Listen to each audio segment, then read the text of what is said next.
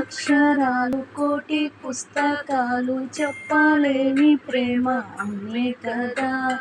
అంతం లేని సొంతం పంతం లేని బంధం స్వార్థం లేని రూపం అమ్మే కదా. అక్షరాలు కోటి పుస్తకాలు చెప్పలేని ప్రేమ అమ్మే కదా. అంతం లేని సొంతం పంతం లేని బంధం స్వార్థం లేని రూపం అమ్మే కదా. ఎంత నిండుగా నీడనిచ్చిన ఎండ తప్పని చెట్టే అమ్మ. కంటి నిండుగా నీరే పొంగిన రెప్ప మూయని చూపే అమ్మ. తానో స్వర్గం తానో దుఃఖం అని సాధ్యం తన మార్గం.